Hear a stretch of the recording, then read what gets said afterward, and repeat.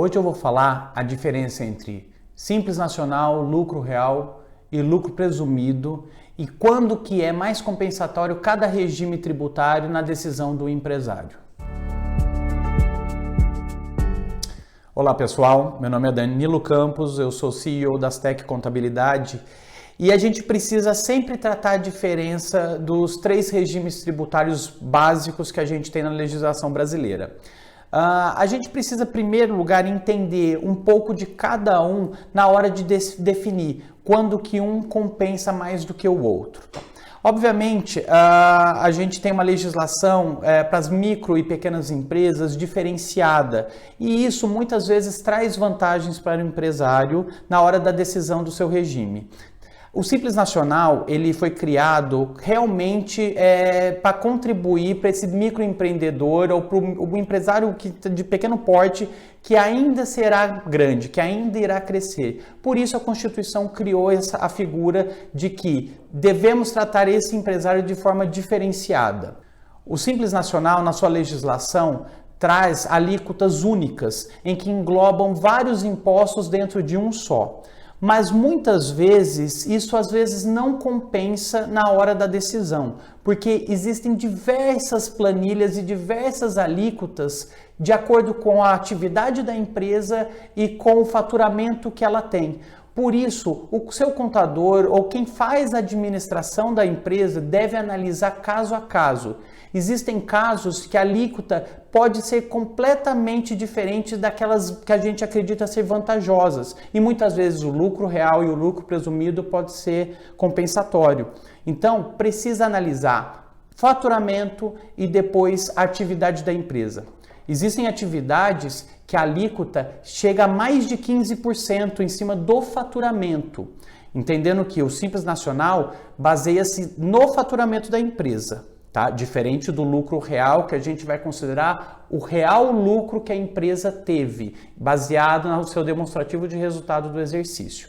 Então, fiquem ligados muito na atividade e na faixa em que enquadra o faturamento da empresa, porque isso pode ser decisivo. Já o lucro presumido, como o nome mesmo já diz, o governo deu a opção para o empresário presumir um lucro, ou seja, em linhas gerais, 8% para os comércios, para as empresas que têm comércio e 32% para as empresas que têm prestação de serviço. Tá? Então, pega-se o faturamento, aplica-se essa presunção e, em cima disso, calcula imposto de renda e contribuição social. Entretanto, COFINS, PIS, ICMS e ISS, de acordo com a sua atividade, trata-se da alíquota direto em cima do seu faturamento. Então, a presunção vale apenas para o imposto de renda e a contribuição social. Já no lucro real, o próprio nome realmente já define isso, a gente tem que apurar o lucro da empresa.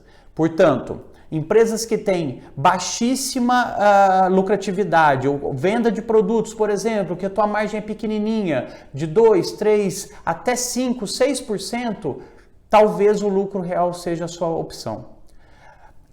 Muitas vezes a gente vê isso em grandes empresas que fazem grandes vendas, distribuição de produtos, em que a margem é muito pequena, mas o volume é muito grande. Então, a lucratividade no seu demonstrativo de resultado é baixíssimo, só que é muito melhor você ter o lucro real porque tem outros benefícios. Por exemplo, a não cumulatividade de PIS, COFINS e ICMS, ou seja, na hora que você compra, muitas vezes você tem o crédito desses impostos na compra. Isso compensa com o seu débito na hora da venda, que isso a gente pode aprofundar em outro vídeo.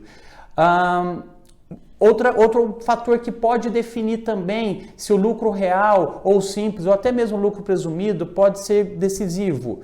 Na alíquota do Simples Nacional, muitas vezes, digo muitas vezes porque algumas atividades não se encaixam nisso, que vou falar agora, o INSS está incluso nessa alíquota.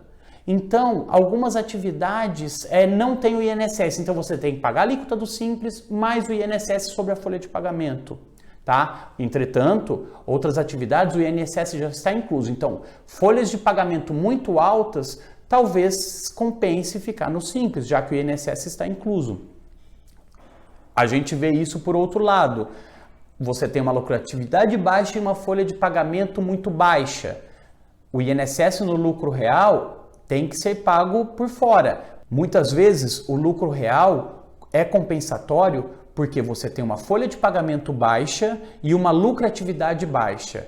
Aí é a fórmula perfeita para você se enquadrar no lucro real. Pessoal, esse era o recado que eu queria dar a todos os empresários. Dúvidas, comentários, deixa abaixo aqui do vídeo e não deixe de nos seguir nas redes sociais. Até mais!